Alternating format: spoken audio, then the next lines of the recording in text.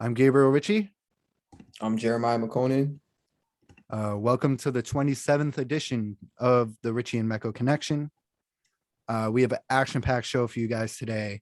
It's going to start off a little bleak. Me and Jay, we both really want to just air our thoughts out on the Travis Scott concert situation. It's just something that's on both of our minds, followed by the Aaron Rodgers discussion. So the beginning is going to be a little depressing, for lack of a better word. But we're going to get to some Celtics talk, which is still not as depressing, but still not fun. Yeah, We're going to get to still the sad. Pats, which is a huge bright spot. And Mhm. later on, we have a special guest, my cousin, David Cuddy. He's coming on to talk some hockey. And we're going to talk about the recent circus that is, and they kind of are a traveling circus, literally, the WWE. Wrestling is similar to the circus, like carnival stuff. But it's literally been a backstage circus in WWE. And my cousin David, who follows WWE closer than anybody I know at this point in time, he's going to come on and we're going to talk about that. So yeah, action-packed show. We're going to cover a lot of topics. Jay, your initial thoughts on this Travis Scott, I'll call it a tragedy. I'm not sure how many died. 10 people died. I thought it was eight. Eight? Some place I saw 11, but then when you look at people's stories who are there, they tell you it's 100. So who really knows, honestly? But I think eight's the official number that they got out. But yeah, man, I mean, I don't know. That whole situation just really upset me because it seems like it was something that could have easily been avoided, Mm-hmm.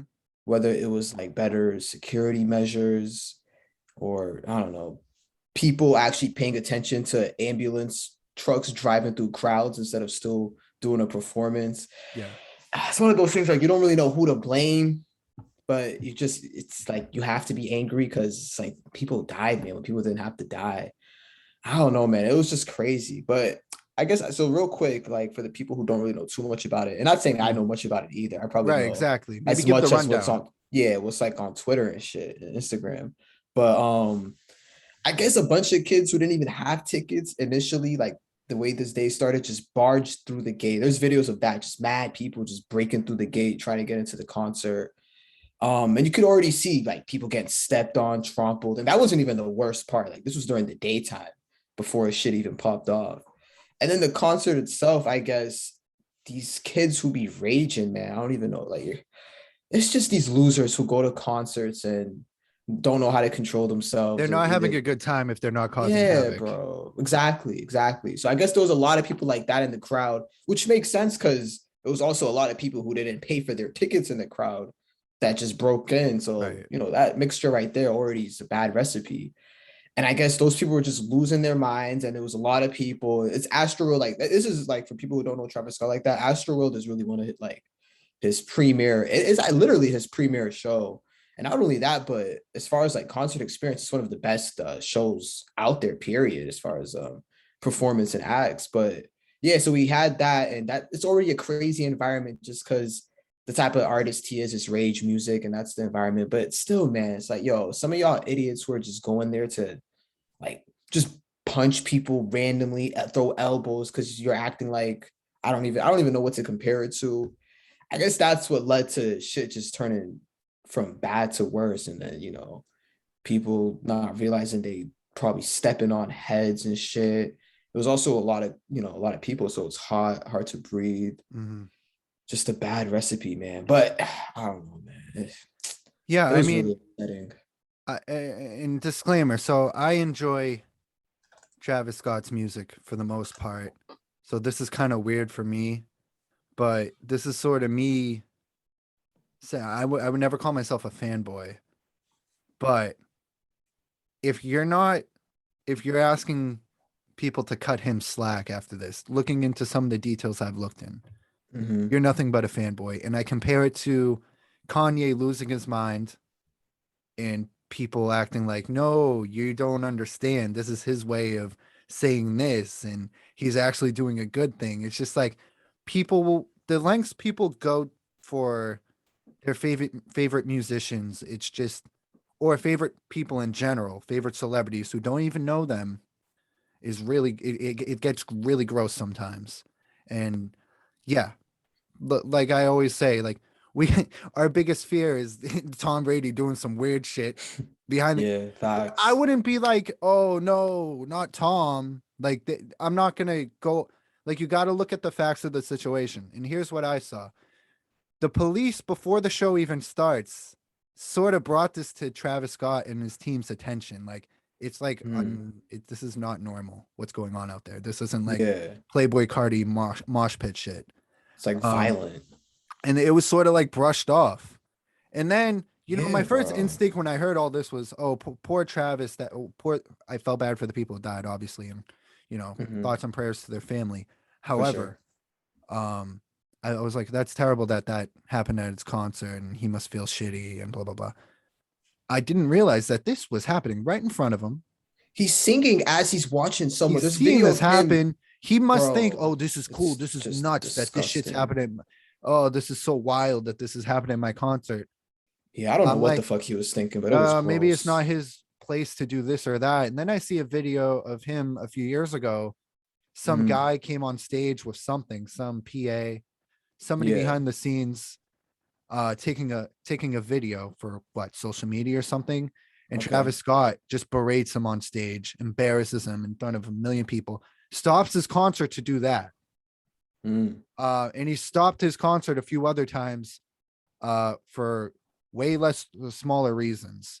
So But that's when kind people of are out the dying, my he sympathy for can't him is out the stop. window, and it turned into sort of anger towards him in the Yup. situation where it's like you need to be held responsible for this, especially when you see like a million. There's a million things I saw on Twitter of former artists, Nirvana, Foo Fighters, um, a bunch of different artists from a bunch of different genres of Eras. music stopping their concert because violence is going on in the crowd. Mm. And it doesn't make you a square or a loser because you stopped your concert to maybe save a life potentially. Um, it's just a disgusting situation. Yeah, bro. It And is. that's my thing is it's gross, and you're gross if you defend this. Bro, would 100%. you want him to go down? And like that picture of him in the goofy ass Batman costume? He yeah, I do know. Yeah, I do know that picture. Yeah. Yeah. But then some people were like, oh, he told the paramedics or whatever to go in that direction, or he told people to chill out. But like you watch the video, he did the bare minimum. Like you He's said, doing there's the actually robot a on video of stage. him. Yeah, bro. There's literally a video of him staring directly at someone getting carried like in a Yeah. stretcher as he's continuing to sing. Mm-hmm. There's videos of actual like good-hearted, good-natured people who realize the situation are trying to help, getting onto like the back of the stage and trying to Telling the tell the people, camera yeah, crew telling everybody, and the and they don't care. producers, yeah, and those people are like, "Fuck off! Like we have a job to do. We're here Yeah. for Astro World. Like this is what we're here for. We Mm-hmm. don't give a fuck if people are dying." Yeah. It's just one of those things where it's just a lot of nastiness around, man. You Right. just wish people could be better in these situations, but It real quick, just so it's not that a people perfect want. world. Yeah. Connection's a little off right now. Just so that people don't think I just randomly was like, oh, remember Travis in that Batman costume? I was gonna say there was a because our connection kind of got weird there. There's a picture of him in the Batman Mhm. costume. People, oh, you want him to go down there and be like Batman and just save everybody in the crowd? Like, no, you Oh just yeah, stop your concert and people will nah, listen to you because you're the center of the world to all of those people. literally. They're gonna listen to you, and he chose to And then just he ignore everything. And And then did you see the half-ass apology? And we could like wrap it up soon with the I didn't Travis even want shit, to but did you watch see it. the half-ass I've seen the apology memes. shit, bro? It was I've so stupid. I've seen the memes where it's Just like, makes you more oh, this mad is if you even me watch it, apologizing to honestly. so and so for, and it's always like something. It's people apologizing for For shit they don't really mean. yeah, Um, I wasn't even gonna watch the video. I don't care about an apology video right. about something like that because it's just a PR move, nothing else. 100%. Yeah, man. He's like rubbing his eyes. He's yawning in the apology. There was other artists. It was announced later, like earlier today, he donated whatever proceedings. There was other artists who performed at Astroworld that donated their shit to all the families before he even announced it. Mhm. So it's like, man, bad look on Travis. I'm really disappointed in him, honestly, more than anyone, because you're the guy that, like you said, you're the center of the show. And this is kind of a reflection on you, man. So Yeah, And the worst part is seeing the older videos of him stopping the concert for petty ass reasons or for selfish reasons. So it's like, Yeah, so it's there's no excuse. There's no excuse. none. Any other thoughts on this situation? Yeah, no, I'm all good on this one. We can move on. Yeah, it's a shitty situation again. Thoughts and prayers to everybody, and Yes. just a Second crappy that. situation. Moving on to another shitty situation, not as bad, of course, but something we've been waiting all week to talk about. I feel like this happened like a day or two after our last episode dropped, so we never got a chance to talk about it. And we're not doing no freaking emergency episode to talk about Aaron Rodgers bullshit. But of course, Aaron Rodgers basically lies. Yeah. Says someone asks, are you vaccinated? Yes, I'm immune. What's the word? Immunized. Oh shit, my connection is fucking lagging. Yeah, I can tell. We're having a little connection issues this episode, guys. Apologies, but bear Hold with on, us. I'm about to try to see if I can fix something. Hold on, let me see where we're at. 11 minutes. Okay.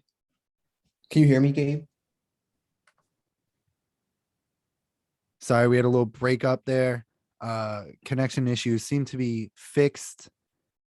Immunized is the word I was looking for, and I promise we didn't just stop the podcast so that I could learn how to pronounce that word. No, seriously, we were having connection issues. Anyways, yeah, he lies. Yeah. You could say he omits. I say he lied. Everybody else, I don't know if you saw. I sent you that Terry Bradshaw thing, right?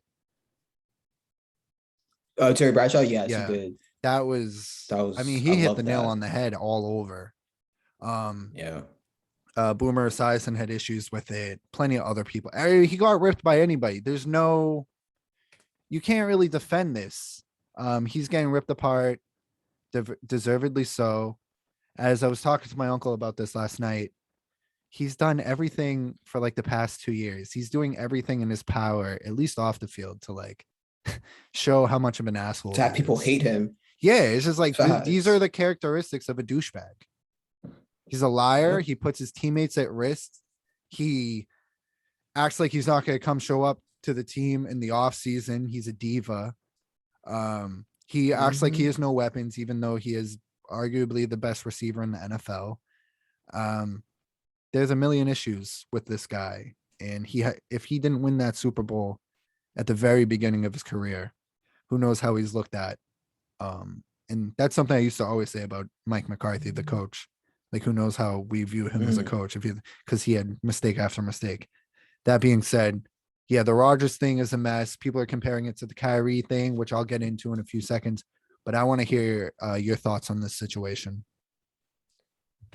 Yeah, man. I mean, I just share all the same sentiments that you just went over. It's just, this is kind of who he is. We saw it, I think, more so the past 3 seasons, like you said, where him just, whether it's complaining about the weapons or taking on a Jeopardy job in the middle of training camp. And it all comes down to, like, I'm not even surprised that he lied, honestly. Like, I was like, yeah, man, that just sounds like the kind of guy. It's on brand for him. Yeah, it's right on brand for him. And it's the I'm immunized. And he went on the Pat McAfee show, I think, a few days like after the report. Shouted out Joe Rogan. Yeah, and then he starts going. Way to confirm that you're an idiot.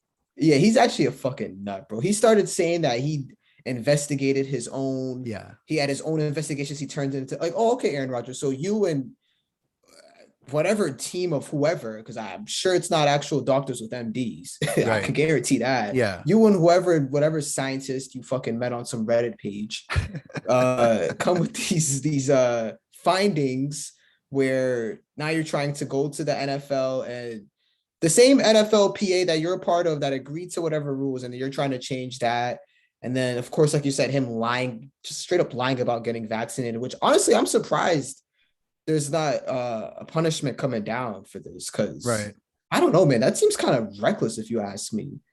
He put people at risk for the past 3 months because he was guys have been suspended for long periods of time for way less. Cough, cough, Deflategate. Yeah, and I'm not gonna. That's easy bait. I'm not gonna get into that, but it goes without saying what would have if we switch Rodgers out with a certain, QB that played in a certain place for 20 years. Oh, internet connection again. Can you hear me? Yeah, All I right, just went perfect. into another dimension. I can hear you now though. um, um, but yeah, but yeah, he broke the rules. There should be a punishment. They missed one game, they lost. He missed one game and they lost. Jordan Love did not look good against the Chiefs. Another Chiefs are getting really lucky with the schedule lately. We'll get to a little yeah. football talk later. But Mhm. yeah, Rodgers. I was gonna say people compare this to the Kyrie situation. Oh, you guys destroyed Kyrie. Why not Aaron Rodgers? And it reminds me of the R. Kelly stuff. Oh, you guys Mhm. destroyed R. Kelly. Why? What about Elvis? He dated this girl and that girl, and he was a creep. And it's like, okay, so they both suck. What's your point? And this goes Right. back to people defending their favorite celebrities, whether it be a musician or a pro athlete, where we have the evidence that the person you love, that you look up to, is a piece of shit. Maybe calling Aaron Rodgers and Kyrie Irving a piece of shit is a stretch. R. Kelly definitely is. But we find out that your person isn't holier than now. You then your next move is to compare him to another bad person and say, why didn't you give them the same beatdown that you're giving the guy I like? Like it just doesn't make sense. They all suck. And Aaron Rodgers is getting beat down. He's not, at least to what we've seen, he's not quite as crazy as Kyrie. They're kind of similar, not only in the COVID Uh, stuff. They're not all right. They're not just yeah. similar in the COVID stuff. They don't seem like good teammates, and they both seem like they have interests outside of their sport and treat their sport I mean, they just secondary, even there's though just no it's common your sense job to with show either of up and them. treat your sport as your life. Um, right. Kyrie, it's maddening that, like, I've seen people post multiple things about, well, where were you guys? Why aren't you guys giving Rodgers the same treatment you give Kyrie? I Yeah. think we are. I think Hmm. we are in this I case. am. I We are. think this is Yeah. even worse than the Kyrie situation in terms of the COVID thing. I think It is. Kyrie is a way more goofier case of a pro athlete where you just never But show up. yeah, You he's a nut. always, you At least he always, stood on what he believed in, though. I don't Like even I'll, give I'll him that much. say, I'm just gonna say he yeah, I didn't lie know about being unvaccinated. exactly. Yeah, that's what I mean. Like at least he was like he said his crazy fucking take and he rode with that. Rogers is like lying That's yeah, and Rogers thinks he's just and charming. tricking people. I He's don't this know. His is charming worse in my Hollywood opinion. guy. He's just like he's gonna be a Yeah. leading man or something. And then he just wants everybody to like him. And with the Joe Rogan thing where he shouts out Joe Rogan, I'm wondering, like, did you really consult him? Or do you realize you just lost all of these people that you wanted to gain their, I don't know, love through, like, Jeopardy? All these, whatever, maybe call them liberal Hollywood, whatever you want to call them, that's out the door now. So now you want to gain fandom from this other group of people, which are these crazy people that live, die, breathed by every word Joe Rogan says. You want now, I lost these people. Now I want these people to be my fan base.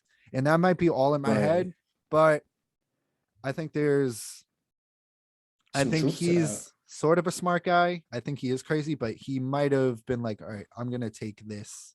And I don't think he's the smartest people say he is.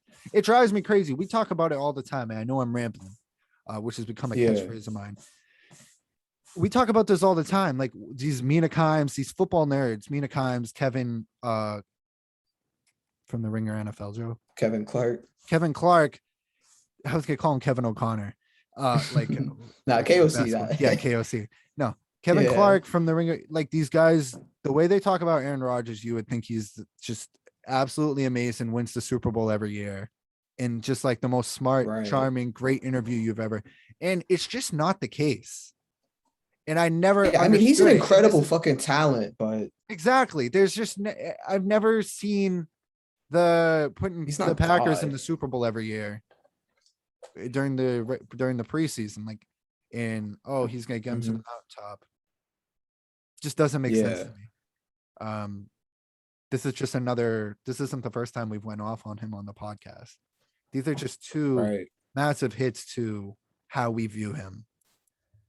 And I wasn't in the fan club. Yeah, I've never really been in the fan club. I loved that he beat the Steelers when in that Super Bowl way back that Super when. But Bowl. we're Brady Hmm. guys.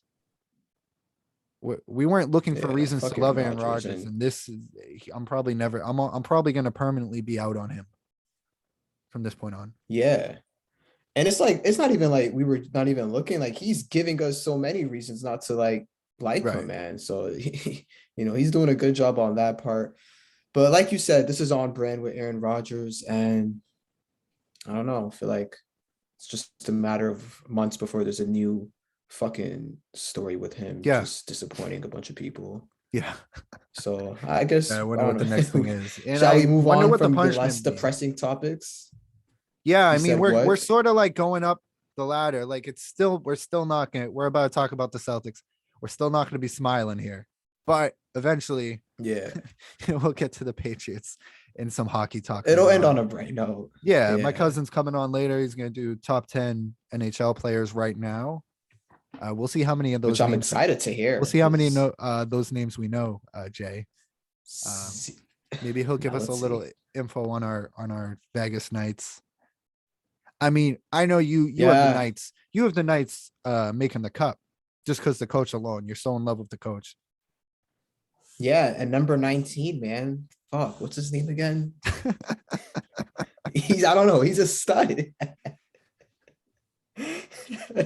Yeah, no, this is good. This episode is definitely gonna be it's gonna the somberness is gonna lessen. It's gonna be more upbeat. But Yeah, we it's can gonna move have to on. stay a little Yeah. somber for now, because of course, like you said, gave the Boston Celtics, man. That Dallas game was kind of just the experience of the Celtics in a nutshell, honestly, for Yeah. the past like 6, 5, 7, whatever, however many years, And honestly. that was one of the worst. Like that loss really hurt me because it would have been a really good win on the road after you beat Miami, Mhm. which is where like it's Right. nice. Like I'm not here to hate the Celtics. Like I'm not rooting for It them was to a good suck. win. We were really excited about Yeah. that Miami win. We were like, all right, let's put a few wins together. I understand it's a tough schedule coming up. Mhm. Can you win a few of those? Which maybe they will.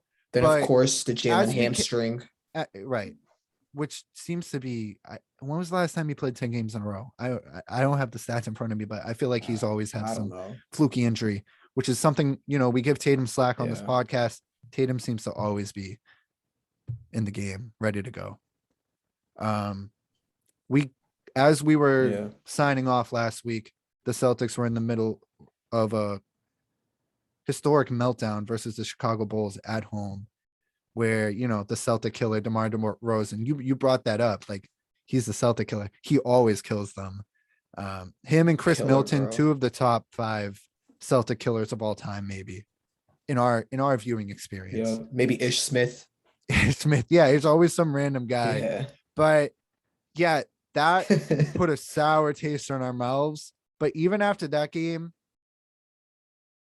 it was I was just like, yep, we suck. But Mhm. they beat Miami Yeah. bad. They beat them down. That was a And good win. they Good were playing win. really in Miami well. too. Yes. And they were playing really well in Dallas.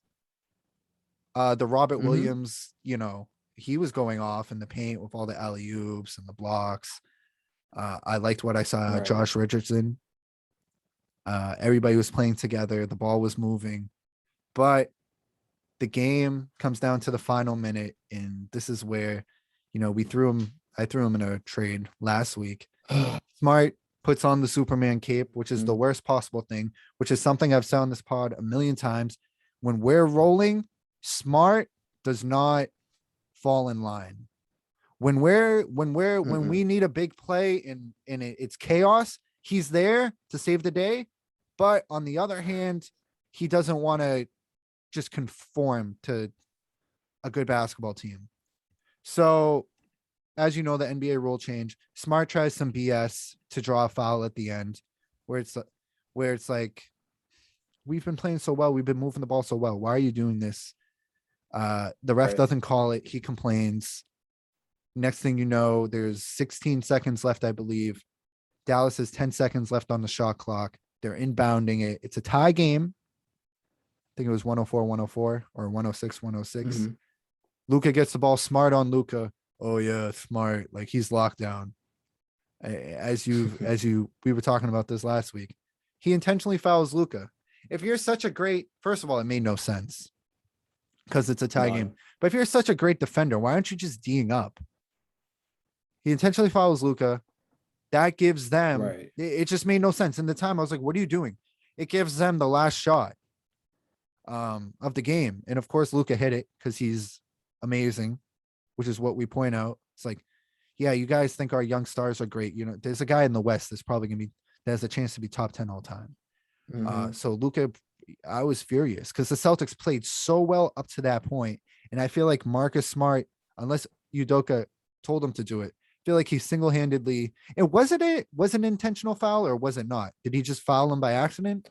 It looked like it was. It happened immediately. It was low-key intentional. It happened immediately. I don't know what goes on in his head. I don't want to get my facts wrong, but it happened immediately, which led me to believe that it was like an intentional foul. Like, we're not gonna let Luka decide the game or something. Regardless, it shouldn't have happened. Yeah, and you would have had 6 seconds going back the other way, and I'm sure. Yeah, what are the odds that he gets a three like that without being able to set up another play? Exactly. And the worst part was, as I said, they were playing so well up to that point. They played well. Yeah. What do you think about this team right now? I mean, my vibe went from like, we were good. We were happy with the Miami win. When are we gonna get on this podcast and look like idiots for being negative about this team? And actually feel good about looking like idiots too. Yeah. Like, I'll be so happy to look like an idiot. I don't know, bro. I really don't know. It feels like we always ask ourselves this question every year, bro. I really don't know, because like you said, the Chicago meltdown, that was just like everything boiling up. Because before that, it was, I think, the Wizards did the double overtime that they should have never lost. And the Hornets, they barely beat that team in overtime. It was just a bunch of wild, it was a roller coaster those first 6 games. Then, like, I feel like the Chicago game was like the top of the roller coaster. and then it's like, okay, then I think they played Orlando that next game. And it was like they looked so good defensively. And that's what honestly should be this team's identity, man. When you look at them as a roster, it's like, yo, all of these guys should be defending 1 through 5. Yeah, guys who could switch. Their guards are due to get in there. Even Smart, you know, as overrated as he is as a defender in like mainstream NBA, he's still a good defender, like based on like what the average defender is in the league. So, you know, him, Tatum, Brown, Schroeder, Time Lord, like these are all guys like, yo, you guys should really, that should be the identity defense. And you saw it, Orlando, they held them to under 80 points. Then they held Miami to, I think, like 70 something points. Yeah. And then even the Dallas game, like you said, as tragic as it ended, they played really well that whole game. They were making it a little hard on Luka. And yeah, man, the late game woes with this team, feels like that's always been the issue for the past 3-4 seasons. They can't close out.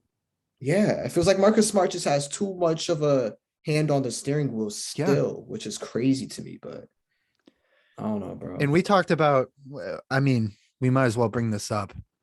We talked about last week. I brought up a trade. Just I think it would look good. Simmons and the Ben Simmons on the Celtics, not needing the ball in his hands, setting up Tatum and Brown to do whatever. It'd be a really talented team. They'd be unstoppable on defense. Like, you think this looks good now. And the key difference with your trade and the trade rumor today is both Jays are on the team. That Jalen trade rumor that was going on today. Right. No, so my trade didn't involve, and that's what I said. I prefaced it with like, Philly probably wasn't going to budge. I knew Daryl. They were probably going to want Jalen. Yeah. Daryl. But here's the deal. Simmons, it would be a risk for the Celtics, But the reason I brought the Mm. trade up is I don't see this team in its current state going anywhere. And those Fair. Marcus Smart comments after crying for the ball, and that's why they lost. Like, if I'm JT or JB, it's pissing me off. It's like I don't like It's like, shut up, I don't even bro. want to play with you anymore after that. So it just Right. feels like they have to blow it up. Yeah, I mean, this isn't official, but I heard a source close to the Celtics ownership. They were looking at Harrell. They were looking at Montrezl Harrell in Washington, Who's been which would be a balling. He's been boost. balling this year. Which would be a boost. I've always loved them. I remember Mhm. for college, in college a few years ago, one of my assignments was like top 5 favorite NBA players to watch. He was on it. So Really? I'd Wow. love to root for him. Of course, he had that mishap in the He bubble plays a few hard, years ago. I don't man. know if you remember, but Yeah. yeah. With See, Luka and yeah, shit. it would be fun. Yeah. But shall we move on to just the NBA Yeah, in that could general? wrap it up on the Celtics because, yeah, I mean, it's just like what Aaron Rodgers on brand, Celtics on brand. They tease us 2 good wins, then one of their Jays get injured, they're out for 2 weeks, Yeah, and we're back to square one with them. right. Yeah, we can move on from the Rinse, water, Celtics repeat. though. Really. Seriously, bro. We can move on from the Celtics. I mean, there's some other teams, other storylines in the NBA, I guess worth mentioning. Philly's the 1 seed right Yeah, so now, we which talked about is that last night. We weren't going to talk impressive. about the NBA at all, but Philly, we talked about Ben Simmons. They look great without him. Yeah.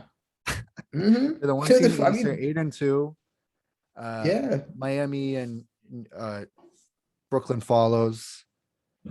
Harden Yep. continues to struggle. He continues to struggle without the referee's help. Yeah. I will say, so yeah, I know the Harden fucking saga, man. Philly, yeah, like you said though, Philly very impressive without Ben Simmons to Yeah, do that well. yeah, I think that's a testament to Doc Rivers too, because even Embiid's been in and out of lineups, but they've had Gorgeous Niang and Korkmaz and Shake Milton, just a bunch of different guys that they've been dependent on. But that's a Doc Rivers thing, I think. So shout out him.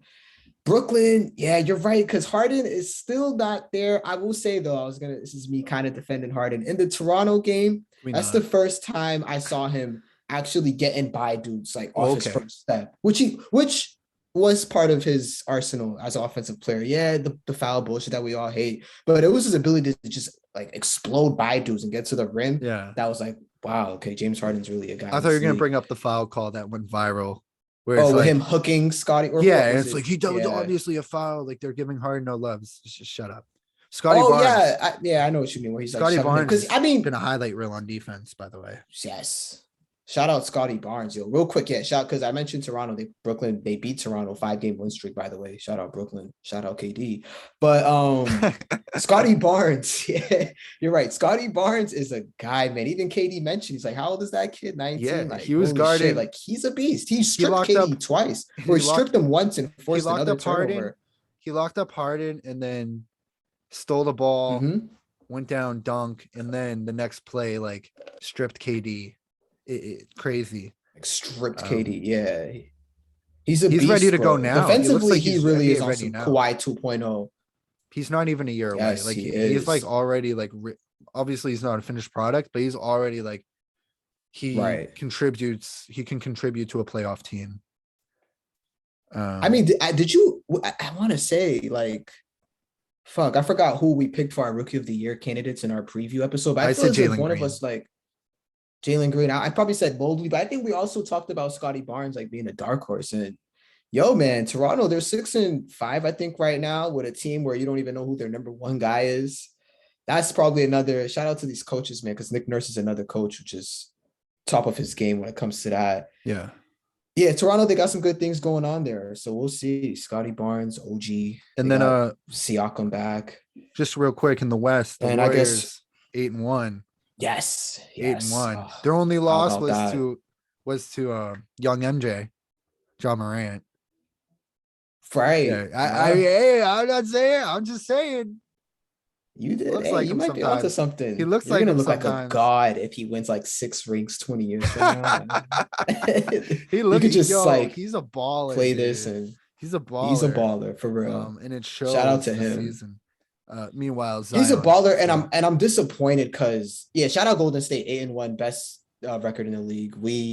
They're I feel good rolling. because They're we rolling were on both always in ends their of the court. corner. They're rolling, man. You're right. They're rolling. They're just so fun to watch. They just play basketball the right way. You can always you'll go on Instagram and you'll see these like 10 slide montages of just Golden State assists. Like it won't even be scores. It's just like assists are the highlights, just because that's how they play the game. Yeah. But you're right. John Morant, Memphis, that kid is tough. But I was gonna say I'm a little sad though, because if he had a second guy with him, I don't know if Jaren Jackson is that guy. What about Dylan Brooks? Maybe it's I think he's Dylan hurt. Brooks. Maybe it could be Dylan Brooks. I don't know, but man, imagine if Ja had another guy with him. They would be. He is. Dylan Brooks is really he doesn't good. need it. But he feels like more of a third guy. He's a good third Jay, man. He doesn't need it. He's about to take them to the ship by himself. I don't doubt Dylan Brooks' skills. But yeah, man, you're right. Ja, another guy, looks great this year. I wanted to mention this real quick. Isn't it funny? That reminds me. The Lakers and Wizards trade. I think the Wizards won that trade. And I probably felt this way when the trade happened. The Westbrook trade. Yeah. Because the Wizards now, they own the KCP Celtics. Out of that. Harrell, you mentioned how he's been balling. Yeah. Kuzma's a revelation this year. He's finally found out guys who can contribute out of the LA spotlight. Yeah, they have a legit team. With Bradley Beal and Dinwiddie as that backcourt. It was a LeBron trade. LeBron made that trade, man. And it's like GM Braun. Russell Westbrook exists as the center of attention on a team that is a 7 to 10 seed. You already have a center of attention. You already have two of them. You have LeBron and Davis. You don't need Westbrook too. You need guys like KCP. Like Caruso. Right. Which I peeped, Simmons would like talk shit about KCP. He doesn't anymore, but he would like, if you listen to Simmons back in the day, he'd think like you would think KCP is Semi Ojeleye. Fucking Ojeleye. Wow. Just constantly same player. I just remember in their championship run and last year in the first round versus Phoenix, he would just constantly bail out LeBron and that Lakers team with clutch threes and going 1-on-1, similar to Reggie Jackson. Even on defense. Similar to Reggie Jackson on the Clippers. Real quick, the Hornets. Yes. Might be fun to watch. Might be a little fraudulent. That was a nice win for the Celtics, but really, what are the Hornets? Sometimes I watch them play and it's like, you have a lot of talented guys, but it's not really meshing for me. Is it too much guys, you think? Do they have that? Do they have the too much guys this they year? have a lot of guys who are really good when they have the ball in their hands. And, their centerpiece is still a work in progress with LaMelo. One good thing about them, though, I'll say is it seems like all those guys actually fuck with each other off the court too. Like it's they like each other. So yeah, you're right. Like, and I agree with you. They definitely have a lot of guys where they look best when they have the ball. Miles Bridges on the MVP on the NBAs.com MVP ladder, he's like 10th right now. Which is like, it's crazy because it's Miles Bridges, but then you look at how he's played this year and he's leading, he's like 25 a game. Yeah. He's playing defense. It's actually kind of crazy. I'm sort of reverting back to like, I'll believe it when I see it when it comes to the record and shit. Because they were sort of like this last year. They were fun to watch, but they're only 5-6. They have all these highlights. They don't have a lot of wins. Yeah, they got to figure out, I think, who's the hierarchy on that team. I think sometimes the struggle between Hayward, LaMelo, Bridges now. Terry Rozier still thinks he should get, 15 shots a game. But still a fun team, like you said, just not the contender type, Any other NBA thoughts? I have one more. Yeah, go ahead. Let's hear it. Jalen Green with the missed dunk. Yeah. I hate people who hype up missed dunks.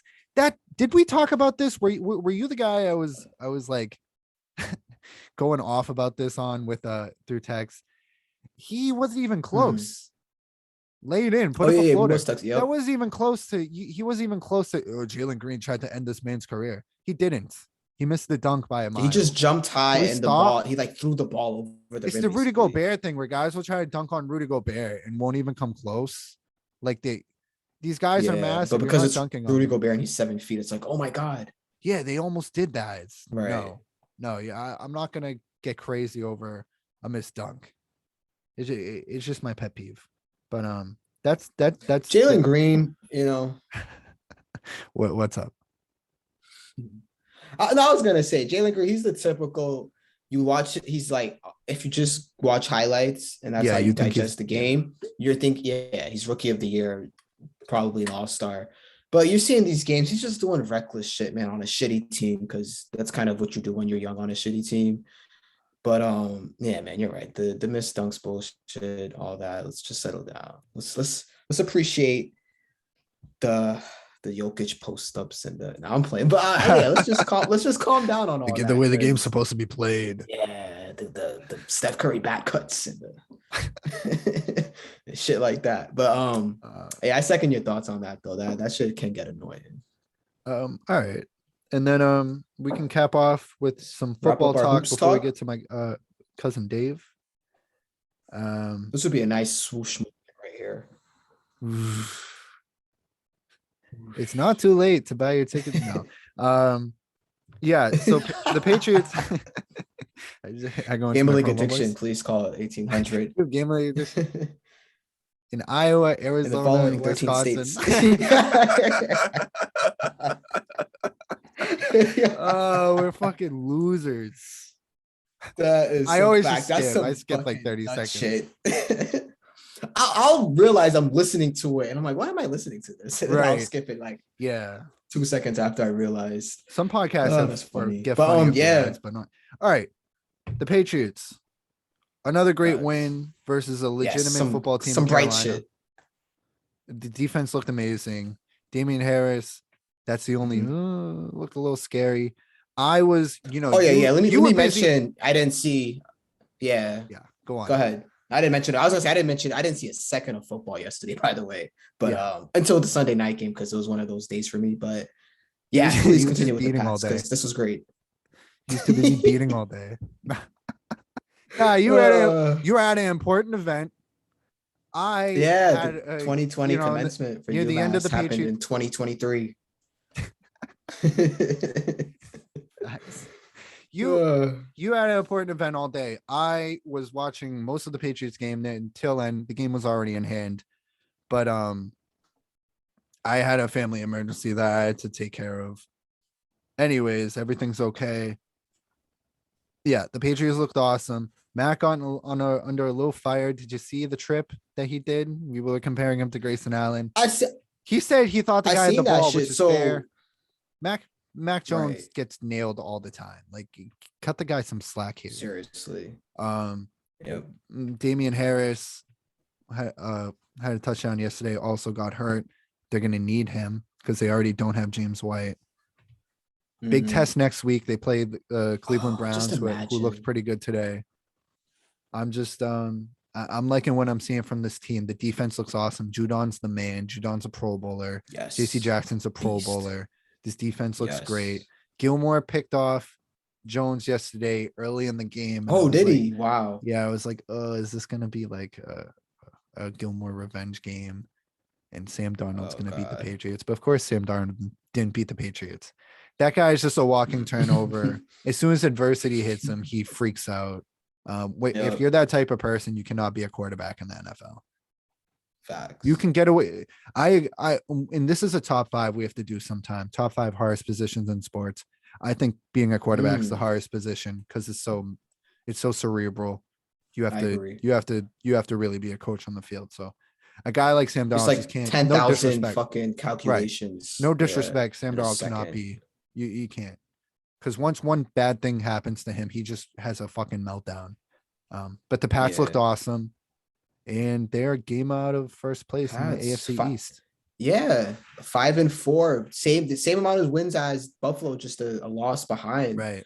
Who would have fucking thought, bro? Coming first, what was it, the first 3 games? What they start 1-3 or some shit like that? Yeah, and after that Bucks game, I thought they pulled out all the stops and still couldn't beat the Bucks that aren't at full power.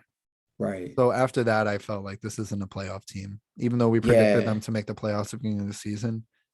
Right. And, I'm not a big proponent of they could be, if some things went that way in this game and things went this way in that game, they could be 7-1. I don't like looking at shit like that too much because I feel like your record's your record. But man, look, they lost to Miami, who straight to the lottery. They lost to New Orleans. I guess that was a weird game. I don't know. They lost to Tampa, but they could have beat Tampa. And then the Dallas game. That's what? That's 3 wins.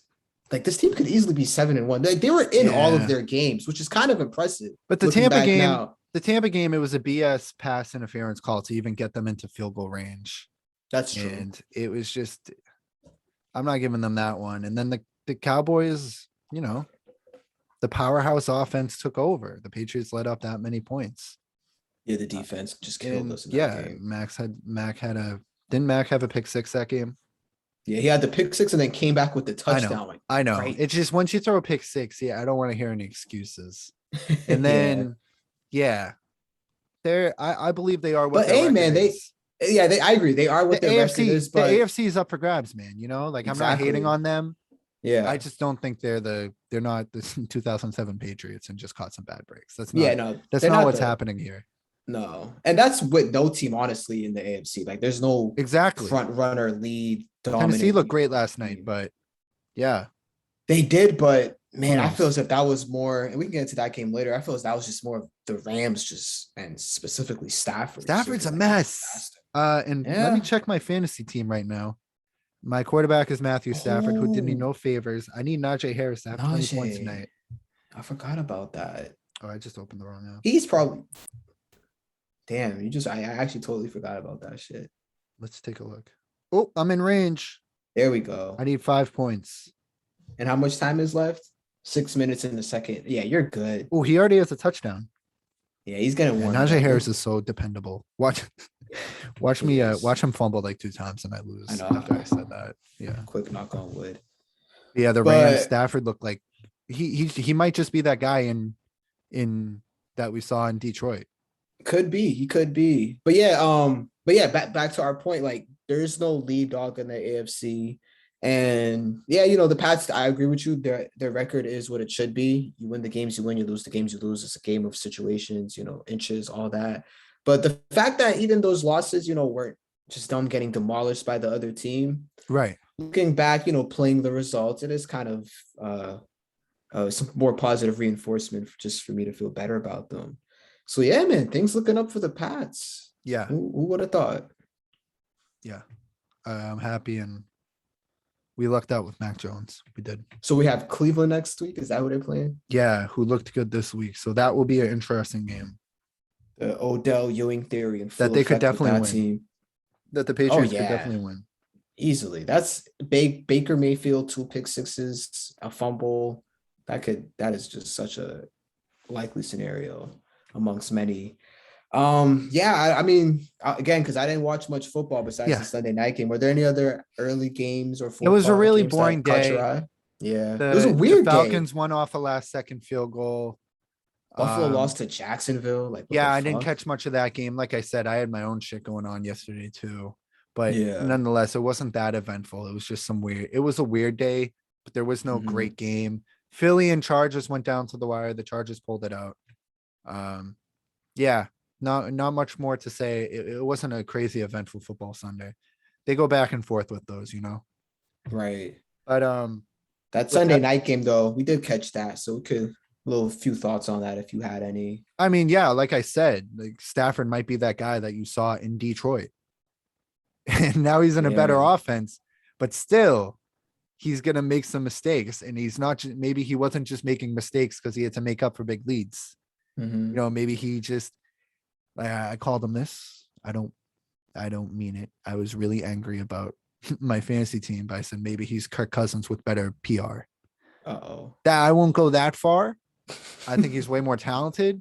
However, he's sort of he is a throwback football player. I feel like he's a throwback quarterback. Like, he just reminds me of a guy you would see in like the 80s or 70s clip. Right. Just making plays and shit. But then also he's a little careless.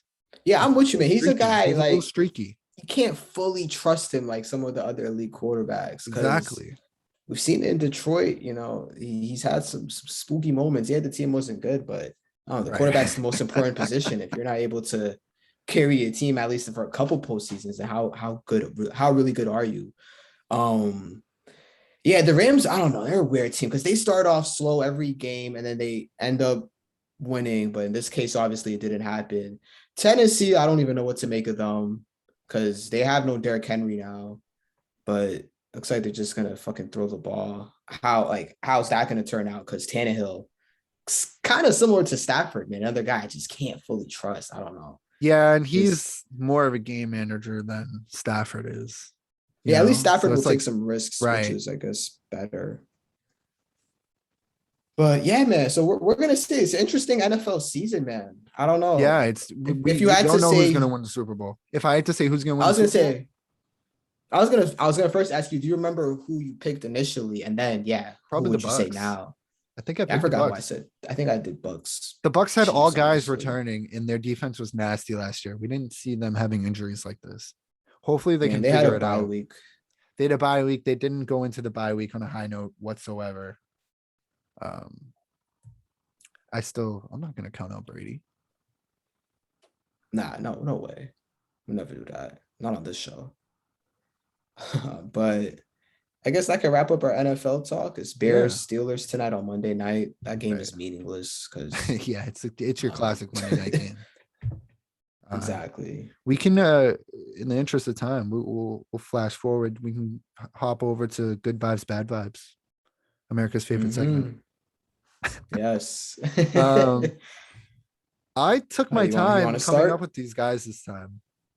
I'm actually excited to hear these So names. if you don't know the segment, for anybody tuning in for the first time in a while, I hit Jeremiah with a name. I say goodbye, and he tells me whether that name gives him good vibes at that point in time or bad vibes. So like, I hit Jeremiah with Marcus Smart right now, and Jeremiah would probably say Mm. bad vibes because of all the BS. Doesn't mean all time we hate Marcus Mhm. Smart. Just at that point in time, this stuff could change. All right, what's the Uh, vibe? Yeah. yeah, right. It's just the vibe of the situation right now. Right. So Jeremy, do you want to give the first name or me? We go 5 names each. Um. Okay, I'll throw the first one at you. Okay. All right, here we go. Dak Prescott. Oh, so Mm. they lost yesterday. They Yeah. lost in his return game. I'm not gonna go Ewing theory on that. Mm-hmm.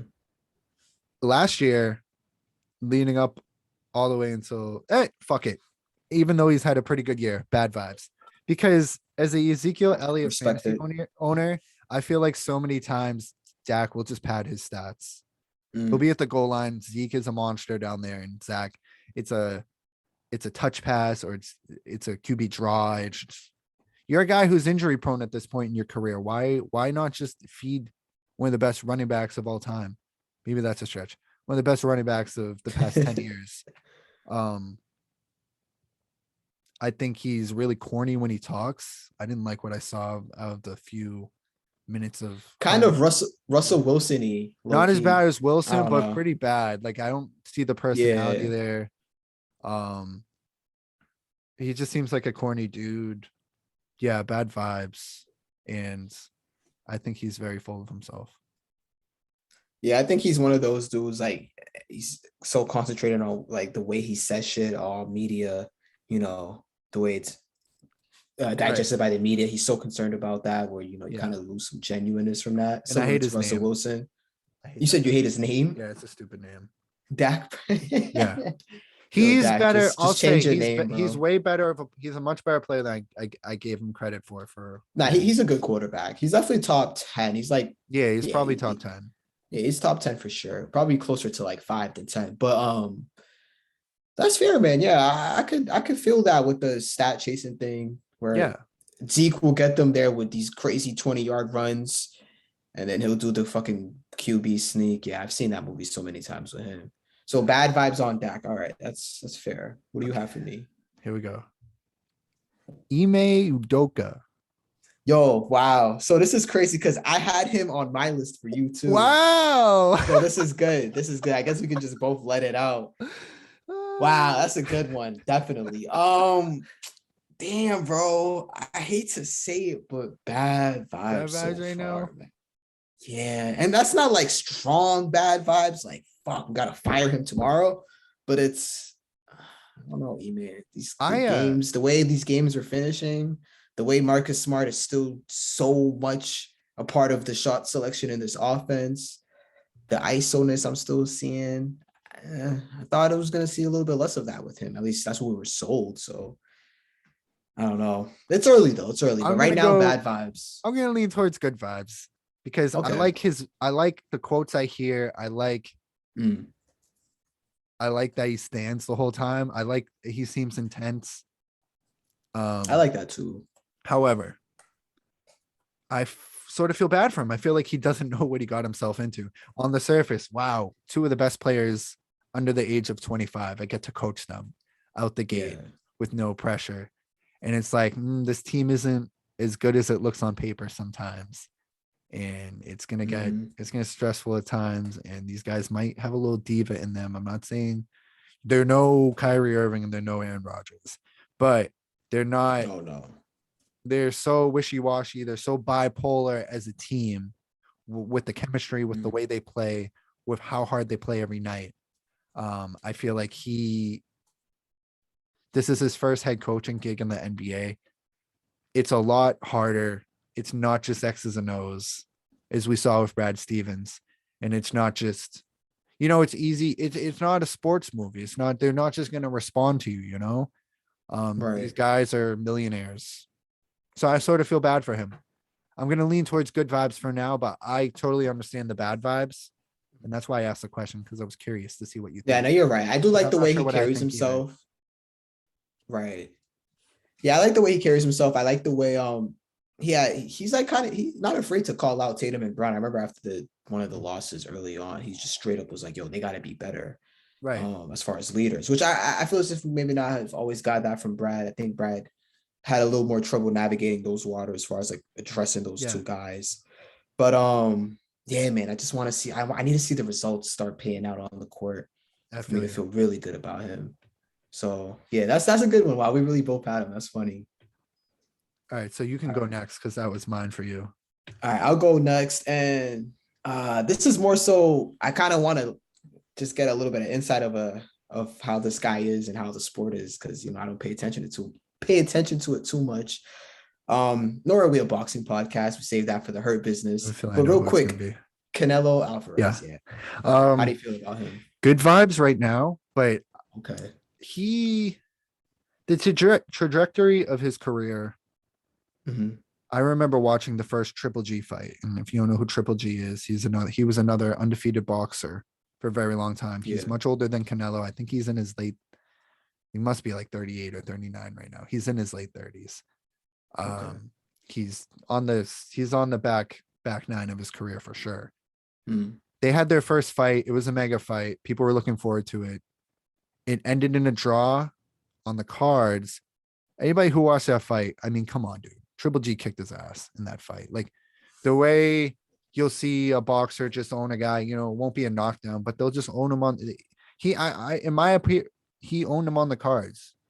He definitely won at least 7 of the rounds, like indisputable. And you could argue he Mm. won like 9 of the rounds in that first fight.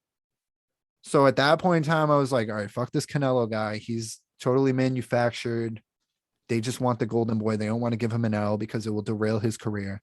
They have the second fight. Canelo Mm. wins. I was so mad about the result of the first fight. I did not watch the second fight.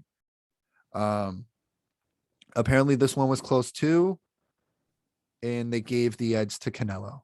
And from here on out, he won the fight last night. Chris Mannix, other boxing guys, they want to see Triple G Canelo 3. I would think this would be a good way for Triple G to just retire, just losing to Canelo, or he beats him. Because Mm. just real quick, I know you asked me about Canelo. I said this on Twitter.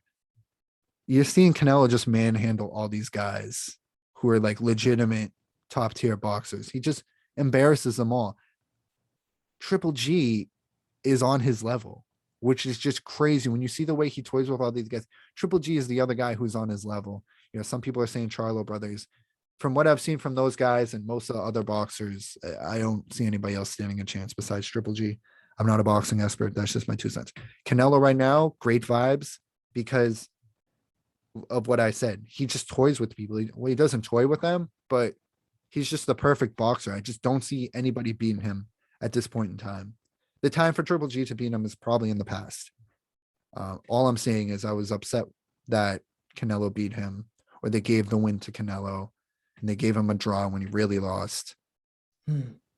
Because it's boxing bullshit, which is why boxing will never be in my like top favorite sports, because yeah, it can be really fun to watch, but it's so it can be fixed. It can be like, for lack of a better word, it can be fixed.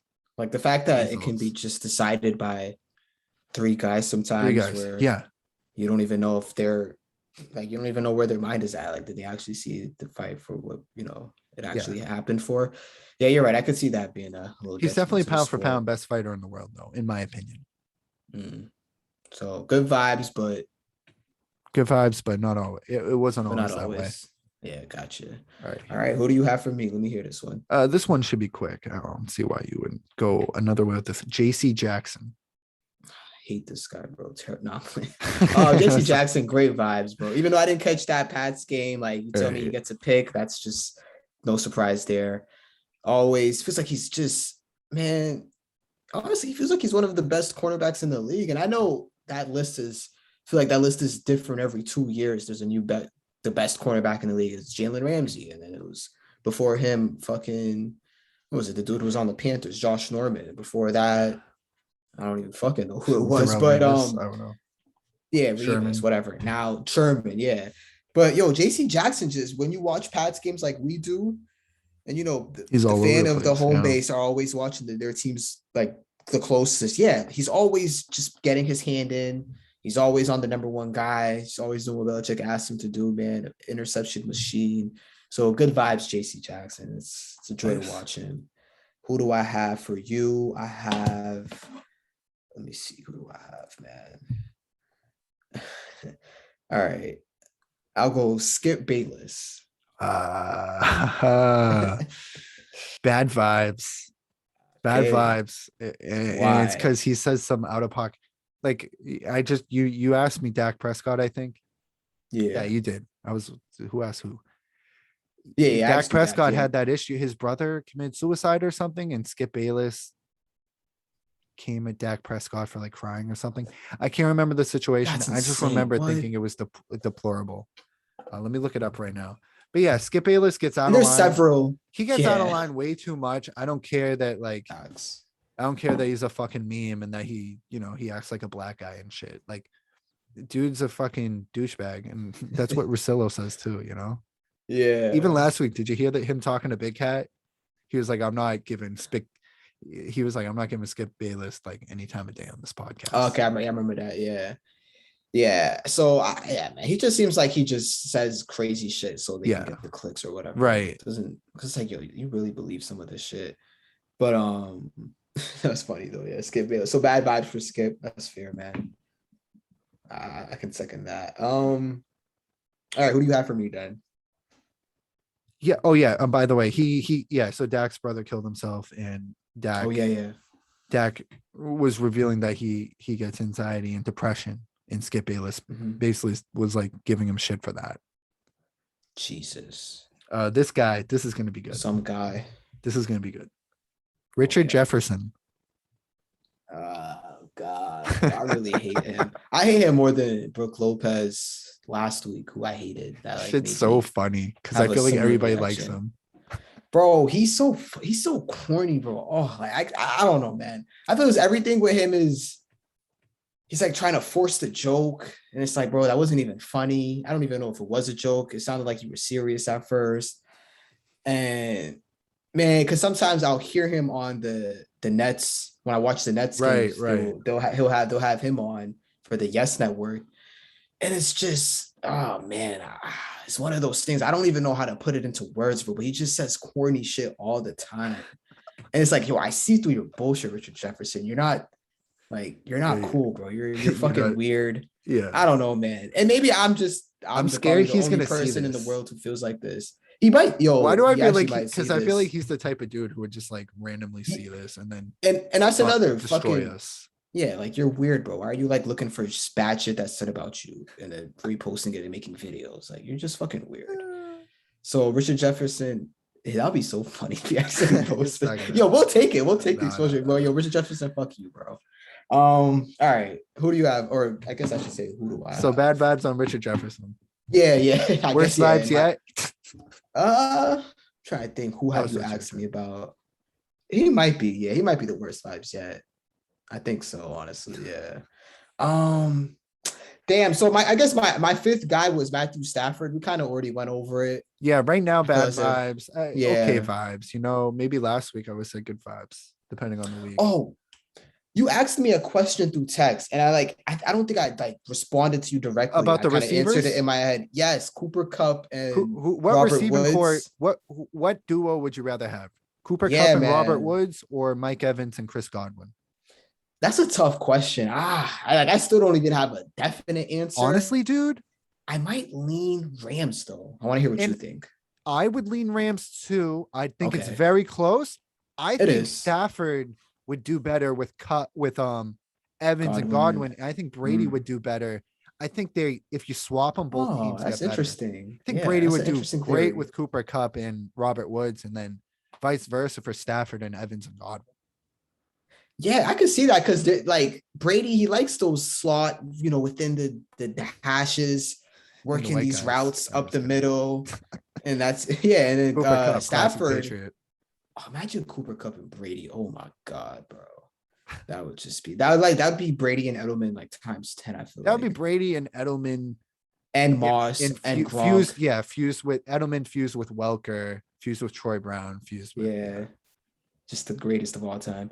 But yeah, I'm with you, bro. I feel like the Rams are the better core. Of So course, objectively, of are you course, taking the Rams, like taking away just the quarterbacks? Just if that you're a receiving quarterback? that those two Yeah. receivers probably. However, Okay.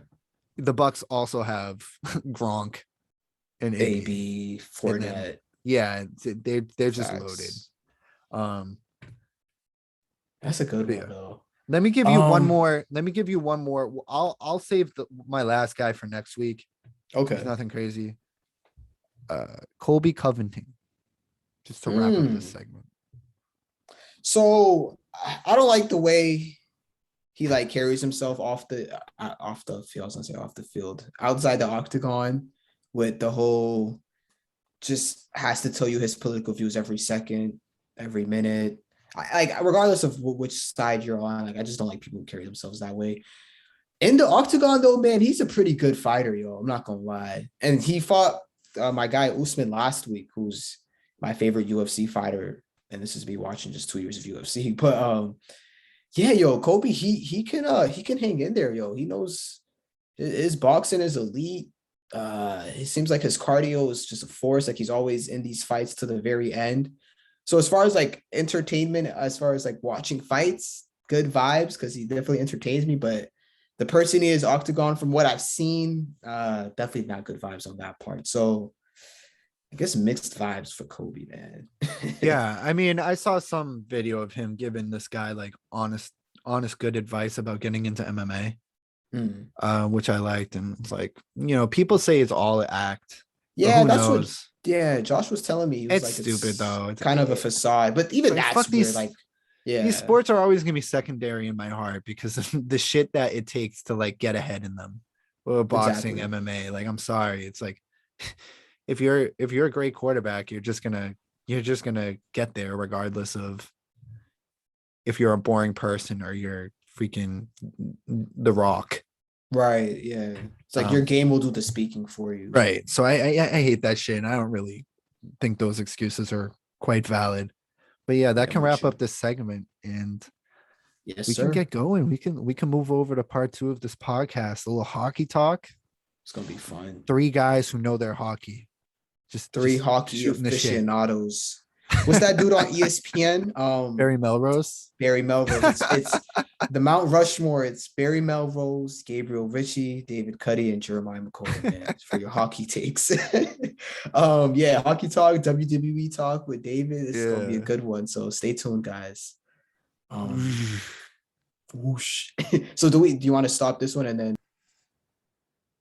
So we're rolling. We're back with David Cuddy. Yeah, I think it looks good. I just want to say these photos, there will be pictures taken of you and they're going to be around for the rest of your life. So looking back on it, do you want your kids and do you want to be like, oh yeah, I rock the mustache? Are you like, yeah, are you gonna want to deal with the questions on why you had a mustache at that point in time? Do you plan on having a mustache like our Uncle Tom for the rest of your life? Oh. Otherwise, I'm saying it looks good. Jeremiah thinks it looks good. I like Just it. want to Yeah. throw that out there. It's really just for November, because November does that whole November thing where it's like Men's Health Awareness Month. Oh, is I that was what it's thinking. about? Is I it thought about it was men's health other- awareness? I thought dudes just grew beards. Oh, I thought Well, November was known so- for no nuts. It's really whatever you're into, I guess. Nice, Jay. Right. I mean, that's the kind of stuff Jay subscribes to. But we know he can't. Yeah, it's all my. Jay, I know you can't follow That's that on my strict Twitter regimen. timeline. I know you can't. Come on, man. I knew you can't follow that Come on, strict man. regimen. We all know that's impossible. Come on now. I think it used to just be like just a thing, and then they kind of used it as something. So I don't know. I just know when I was like 14, all of a sudden a lot of hockey players had mustaches in November. So Right. Yeah. yeah.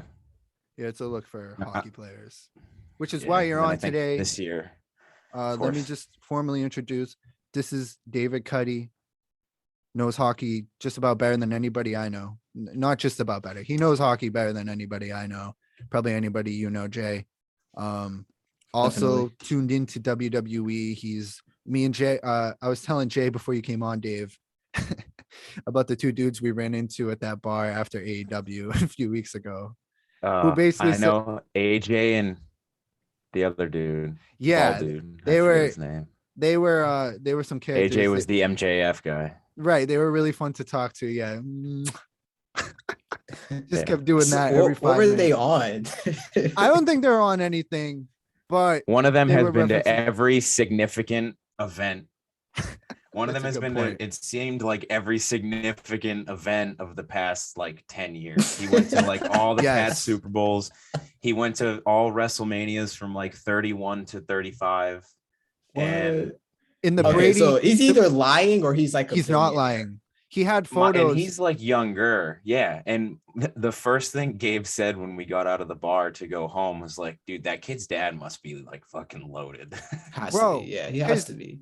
All right. So he was at the Brady return game where tickets were like 500, more than that at the cheapest. Yeah, like 1,000 minimum. right. Yeah. And he was talking about, I brought up every sports story I brought up. I don't know how we got into sports. Every sports story I brought up, it's like, oh, yeah, I was there. And then like we were talking about some random That's Celtics, annoying. the O2, the Pierce, the Paul Pierce, Antoine Walker Celtics. Oh, They had a- yeah. They had a legendary comeback in like 02, 03. And it's like the farthest deficit overcame in NBA history. I think it's up there. He was like, funny story about that. Me and my dad were at that game and we were like, let's get out of here. And they're not going to come back. He leaves that game. They go to a New England Revolutions playoff game. What the? They left one sporting event to go to another. That's ridiculous. Anyways, Next yeah. thing you know, he's like, yeah, when Bob Cousy broke the assist record, Yeah, he he's shows me actually a looking at that picture. black and white picture. That picture of He's a time traveler of- now. of Bill Russell with his arm around Red Auerbach, and he has another arm around the dude I met. Anyways, yeah, that was a good night. That was a night full of love for wrestling. Of course, our tone towards this It wasn't even wrestling supposed to company- happen the way it happened. Right. Our tone towards this wrestling company, WWE, that we're going to be talking about in 10 minutes or so is going to be a little different than how I feel about AEW. But anyways, real quick, like I said, Dave knows his hockey just about better than anybody.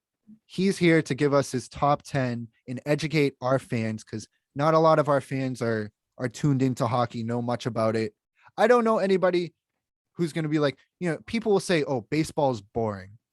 I don't like golf. It's Mhm. boring. Tennis is boring.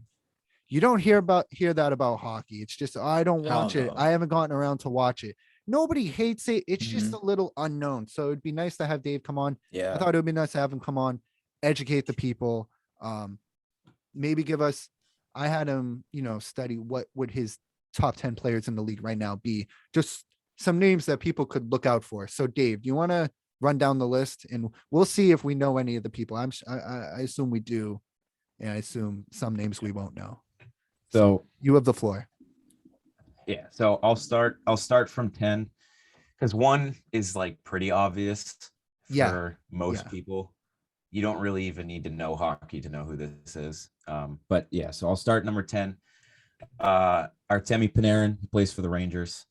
Past couple years, ever since he went to New York, he kind of bounced. He didn't really bounce around. He came in at like 26 from Russia, played with Chicago. He won Rookie of the Year. He played really well. Then he went off to Columbus, he still played well, but it was a weird system for him. And then he went to New York, and he's really like blown up into a true number 1 guy.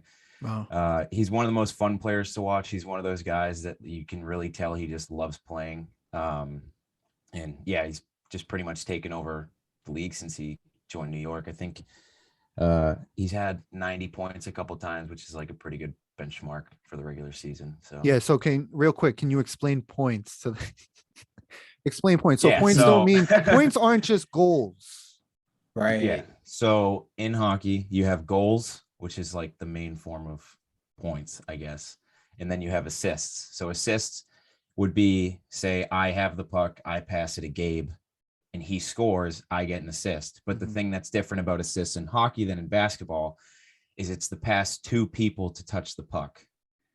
So if I pass it to Jay, Jay passes it to Gabe, and he scores, we both get assists. Jay just gets the primary assist, and I get the secondary assist, but they still count as the same on the stat sheet. There's no like separate stat for it. And when that happens in basketball, they call it a term they use hockey assist. Yeah, exactly. That's where the term comes from. Yep. But the thing is, if I have the puck, I try to pass it to Jay, it gets like picked off, but then he takes it right back and then passes it to Gabe. I don't get an assist because that change of possession cuts it off. Okay, that makes sense. And the goalies can get assists too. Right. If they start like a, for lack of a better term, fast break. Well, it's sort of the same thing. It's like a rush. Right. A rush. That's the what term. you call it in hockey. Yeah. So that guy, I don't know this guy. Yeah. Right off the bat, I don't know who this guy is. Same. The problem with hockey, which they're getting better with, is the marketing is just embarrassingly bad. The commissioner, like every commissioner, except for it seems like Adam Silver, is hated by their fans. Yeah. Gary Bettman is the commissioner of the NHL, and he is the biggest joke of a human being He's worse than Goodell? in sports. Is he worse than Goodell? Wow. He just he has no balls. Like he has What's no some balls. examples of like just him doing dumb shit? The NHL All-Star game is probably only 3rd to the Pro Bowl as like the most useless All-Star game. Like nobody cares about it. They have like a skills competition beforehand, which is like kind of cool, which is like fastest skater, hardest shot, and besides that, it's like I remember Chara. No one cares. Yeah, exactly. So like stuff like that is fun, but the All-Star game it's 3v3. There's no incentive. I think it's like $1 million to the winning team, but there's like 10 guys on the team. They're all loaded, and because they're all top tier guys. Nobody has like a $750K per season contract. These are all guys getting paid like 6, 7, 8 mil every season. Like they don't give a fuck. Right. So that's just a joke. And basically one of the problems with Bettman is a couple of years ago, he didn't let the NHL players go to the Olympics. And I didn't really know the ins and outs of it, but the Olympics usually coincides with the All-Star game. It's the same time of year. Now, luckily this year, they are going to the Olympics, and I don't know if we're having an All-Star game. I don't give a shit because I never watch. It's usually just like, damn, I don't get to watch hockey for a week and a half. Right. But yeah, so just a lot of problems. He's not good for the league. So yeah. Interesting. Yeah, it sounds like and that's been a big issue with hockey is the lack of promotion. And I hear a lot of hockey fans are like, I don't care. It's our thing. Exactly. It's our thing. We're not changing the shit for anything, for anybody. But that's else. not good for the sport. That's not good for the But sport. if you want to grow the sport and this is, I guess, a form of promotion. Just me watching NBA on TNT, me watching AEW and seeing a commercial, some hockey expert talking about why I need to watch Connor McDavid, why I need to tune into the Golden Knights game or whatever. That is those 20-second commercials alone are more promotion than anything I've seen my whole life for hockey. Where it's like, I am going to check out the Golden Knights. I am going to watch a period of this. Because the great thing about hockey is it's not basketball. It's not football where like, I know if it's 60 minutes, I know I'm getting myself into, or if a period's 20 minutes, I know the period's probably going to be like 25 minutes total, 30 minutes. Where 12 minutes in basketball could be 45 minutes. Yeah. Yeah. So that's the great thing about hockey. And with that promotion, one time out too. Wow. I've been tuning in much more. Yeah. Yeah. It's the pace of, I think people, their favorite thing when you have a casual fan go is I'll bring like a friend to a game and they're just like constantly like moving around. Like you could go an entire period without play stopping. Because it's not like other sports where you're like a player's out there for 45 seconds and then they go for a line change and you got to get new guys. So it's fresh legs all the time. Right. And so they're in, the puck going out of play or offsides, icing, or like a cover up by the goalie. Those are the only stoppages. And it's very likely you can go 5, 6, 7 minutes without anything of that happening. So they fly by. Realistically, game time is 60 minutes. But I mean, you have 2 15-20 minute intermissions. If the game goes to overtime, you're probably in the Garden for 3 hours. Or not even. I mean, the game starts at 7. I usually get home. I live 35-40 minutes away. I usually get home before 10:30. Wow, time efficient right there. Yeah, you know what you're getting yourself into, basically. You want to move on with your list? Yeah. So this guy is one of my favorite players. I think he is undoubtedly the most underrated player in the league. Alexander Barkov, he's on or Sasha Barkov if you want to be a loser, but isn't he? He's on the Panthers. He's a centerman. It's not that he's necessarily underrated because a lot of hockey fans know him because the undefeated Panthers, by the way. They what the hell? I checked the standings today and I was shocked to see there's still a team that's undefeated. So how impressive is that of a start in hockey, 10-0? Is that like some fucking holy shit type moment, or is okay, I know it's a good start. It is a really good start. I think the biggest streak of like a good start to a season I've seen is I think it was 28 games. They weren't undefeated, but it was the Blackhawks a few years ago. It was like 28 games without a regulation loss. Because in OT, you actually, in hockey, in OT, overtime, or a shootout, you actually do get something out of that for your standing. So it's not like in the NBA, you could go to 5 OTs and lose and you don't get shit for that. Yeah.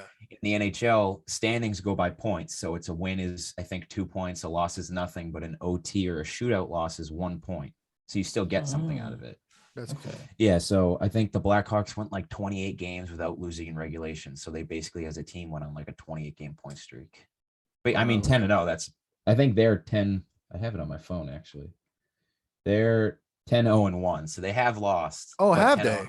They have lost. Yeah, I think they lost. They I lost never the Bruins. know how to read it. I think they lost to the Bruins. Yeah. So I mean, that's not our team. That's not our team on this podcast. That's my team. Look right here. Vegas Knights over here, man. Hey, I respect it. That's my Western Conference team. I respect it too. Yeah, I still love the Bruins. I'm just. Yeah. This is a persona we put on for the podcast. No, I love it. I love it. But we have caught a lot of, because that's my thing with the promotion. The Golden Knights are always on TV.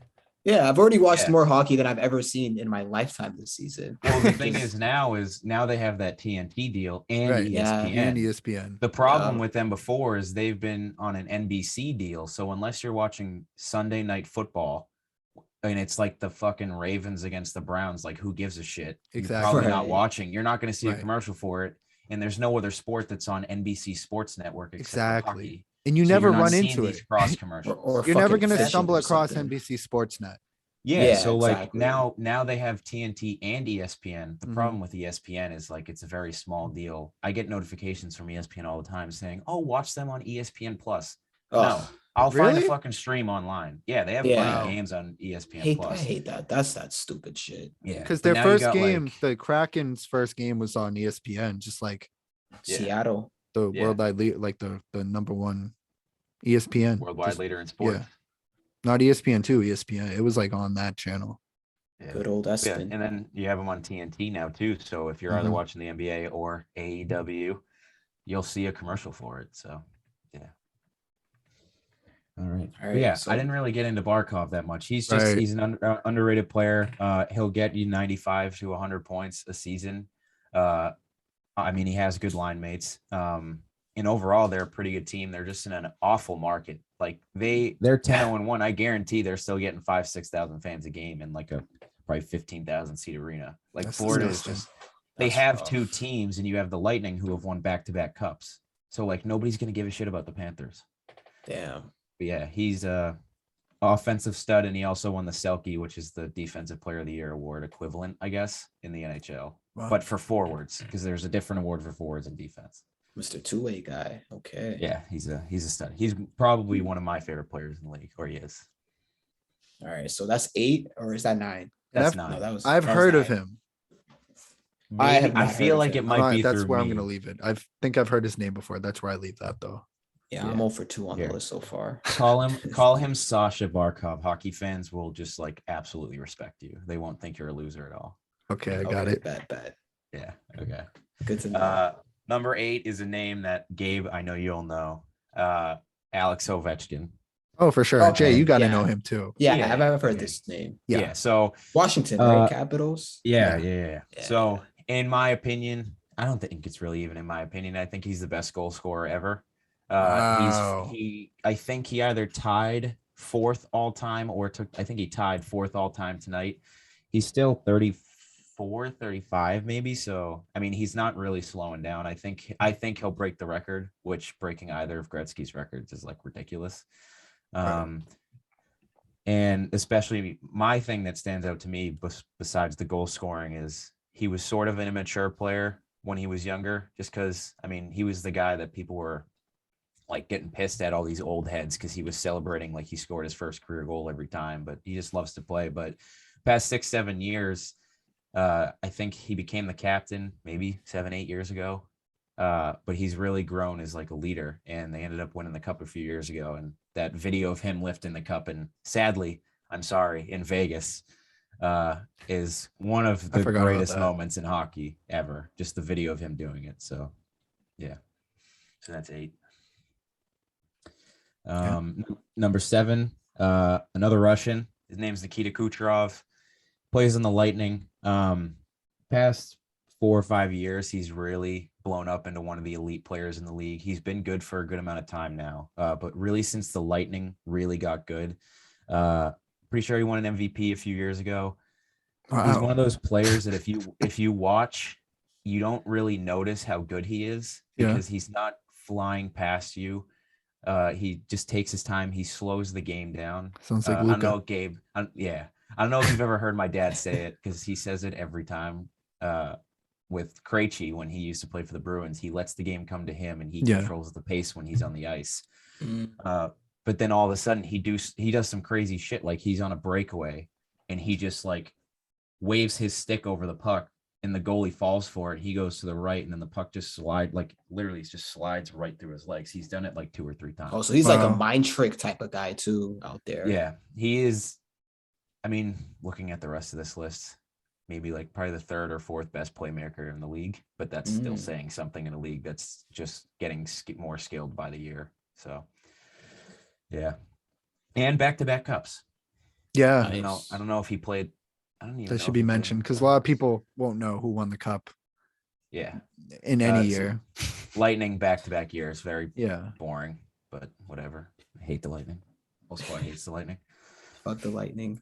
Yeah. So number 6 is hometown guy Brad Marchand. I was going between Marchand and Pasternak. I knew they weren't both on the list, but I knew one of them had to be on the list. Not even just because of bias, but because they're genuinely just that good. He's such a rat, but he's so good. I love him so much. He's not my man crush on the team. That's the captain, Bergeron, but I mean, I can't put him on the list. That's just not fair. He's one of the best playmakers in the league. Coming up, I hated him. And then the year they won the cup in 2011, he really came into his own. And he's 32, 33, and he's just getting better every year. 100 points a couple seasons ago. Probably would have had 100 points again last year if it wasn't a shortened season. And another thing that people don't really give him credit for is he's one of the best defensive forwards in the league. which probably comes with playing with Bergeron being maybe the greatest defensive forward of all time. Wow. High Wow. praise. But yeah, so Facts. he gets you 60, 65, 70 assists a season, but he'd score 50 if he didn't pass so much, which is like genuinely true. So yeah, that's why I have him at number 6. Number 5 is I have Crosby. I wanted to put him higher, but the Another other name I 4 know. names I just can't. Yeah, he was the guy who's number 1. He was him for probably 8-9 years where it was really just him. He was the best in the league for that long. Yeah, like at a the long top, time. even over Ovechkin. Yeah, no, I don't even think it was close. I think Wow. because the thing with Ovechkin is he just scored so many goals. Yeah, but they didn't win. Yeah, but they didn't really win. Crosby won a cup in, I want to say 09. Yeah. And then he comes back in a couple of years ago, maybe 16, 17, wins back-to-back cups again with the same team. That's tough. And then you have the only thing with him is he's sort of injury prone. He's had concussions in the past. He had, I think, an ankle injury maybe coming into the season. Then he came back for one game and then he got COVID. So he's out right now.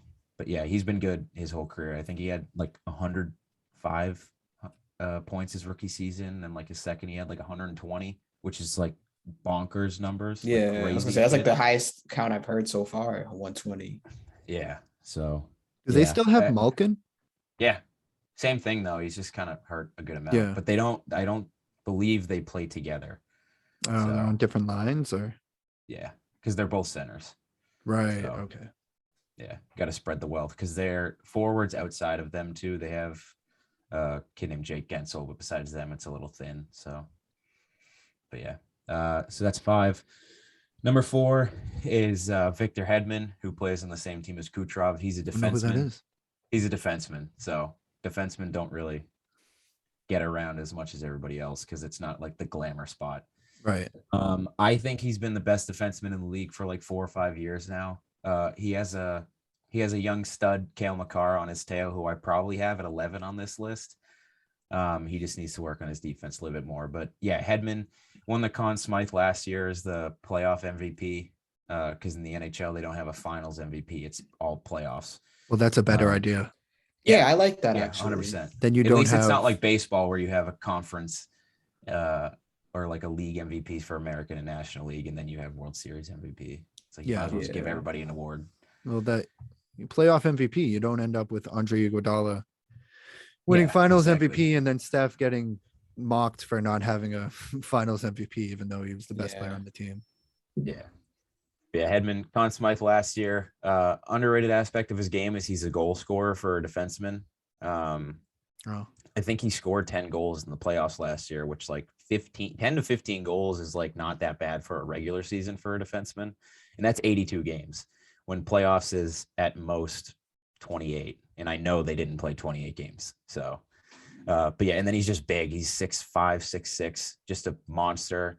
That's a big boy. Yeah, smooth on his feet. Like you wouldn't be able to tell how big he is until he goes in the corner with these like 6'1" wingers, and you're like, wow, he could eat them, and they're also big. Yeah.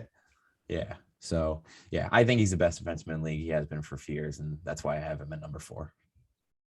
So top 3. Okay, here we go. Top 3 in the NHL is where I think that 3 to 4 is where that jump really is like noticed. So this is the next tier. Yeah, I think the gap between 3 or 4 is the gap between 1 and 2 is pretty big too, but it's by no fault of number 2. Yeah. Wow. It's by no fault of number 2. It's just because 1 is that good. Yeah. So number 3, Nathan McKinnon on the Avalanche. If it wasn't for number 1, I think he'd be the face of the league for the next 10 years. How old is he? 26. Okay. They probably should have. I was gonna, put some footnotes in there for like age and stuff, but I didn't think you'd ask me. Yeah, no, it's not a big deal. It's not a big deal. Yeah. I was just wondering, hometown. Are we dealing with an 18-year-old or are we dealing with a 25-year-old? Yeah. I think right now he's really getting into his prime, which is terrifying because he's been like unstoppable for like 3 years. He's already good. Yeah. Yeah. What's a hockey player's prime real quick? Is that 26 on, like 26? I'd say 26 to like 31 is really where if they're like an all-timer, you're going to notice. A lot of players nowadays, like I think that number is constantly changing just because like the later we get on, the more like this technology comes up, you're going to have guys like, say, you're going to have guys in the NBA dropping like 28, 29 a game at like 35 in like 10 years. Like, it's just crazy. You're right. So you see it in all sports. You're right. The older these guys are just performing at a higher level, because the thing is too is I think sports just get better every year, which is something you can tell if you go back 20 years, like every sport's way more fun to watch. Like nowadays you have guys coming more people like in the NBA. I mean, he went through Europe, but you have Luka coming in at 19 years old, just lighting everybody up. It's the same thing in the NHL. You got guys coming in at like 19, 20, and they already look like they've been there for a couple of years. That's a good point, man. I feel like that's going to be the direction of all sports. Like 20 years from now, we're just going to see just like players 1 through 50 in every sport are going to be way more talented than like 1 through 50 today or 10 right. years There's ago. going to be more people are watching. So more people are going to get inspired. More people are going to want to play. Yeah, more babies are being made. That's more MVPs. Yeah, exactly, man. More talent, more exposure, all that. It's just, it's good for all sports, especially for the sports that need it, especially like hockey, baseball, and shit. Yeah, exactly. But yeah, I got McKinnon at number 3. Okay. Number 1 and 2, they're actually on the same team. So I'm not going to know who number 2 is, I think, and I know who number 1 is. Number 2, KD. Yeah. Number 2, I got his name's Leon Draisaitl. He's on the Oilers. Just a fucking bust. This dude's a beast. He's probably 6'4", I think. This is pretty nuts that the 2 best players in the league are on the same and they team. suck. Oh, they don't suck right now, but I think the team's not even good. Yeah, they're like 9-1, but their franchises. It's the franchise, like the front office. Okay, like they are a joke. Are they the Clippers? Because they finally had a good base. They had the 2 best players in the league probably, and they just paid a defenseman like one of the highest contracts in the league who really is not that good. So they and it's like for like 9 years, they just fuck themselves for the next 9 years. Bad management. Okay. Yeah, exactly. Is it like the NBA where the stars can just be like, all right, I'm out of here? I mean, they can sign long deals. There's no like 4 or 5. Like they can like the deal. I almost said his name, even though everybody knows it. Number 1 on the list, he signed like you'll get a lot of like 7-8 year deals. Like for these superstar players that are signing deals, it's usually 7, 8, 9 years. So that's why I love Bruins GM. He got their top 3 players on like 6x6s, which is like legalized bank robbing. Shout out to Floyd. Yeah. So yeah, he's just, I think, was it last season? He had the highest points per game of any player since 1999. Like he just, I think, I don't have the numbers in front of me, but I think he won MVP last year, and that was playing with the best player of the past like 30 fucking years. What is going on? That's something insane. He sounds like a video game. One thing that helps is they're not like Malkin and Crosby. They do actually play together, which is like bullying. How do they lose? Like they are going to get caught by the like WWE's Be a Star program for like bullying the rest of the league. Yeah. So yeah, he's just a stud, and he just doesn't get the love because he's playing with the guy that's number 1, because the NHL is just like riding him so hard because he's their hope of like expanding the league, even though they should spread it out, obviously. But yeah, and he's German, which is like not a hockey nation. Yeah. I mean, they have some good players, but he's not your classic like Canadian. American, it's not Eastern Russian. European Russia. Yeah. Yeah. So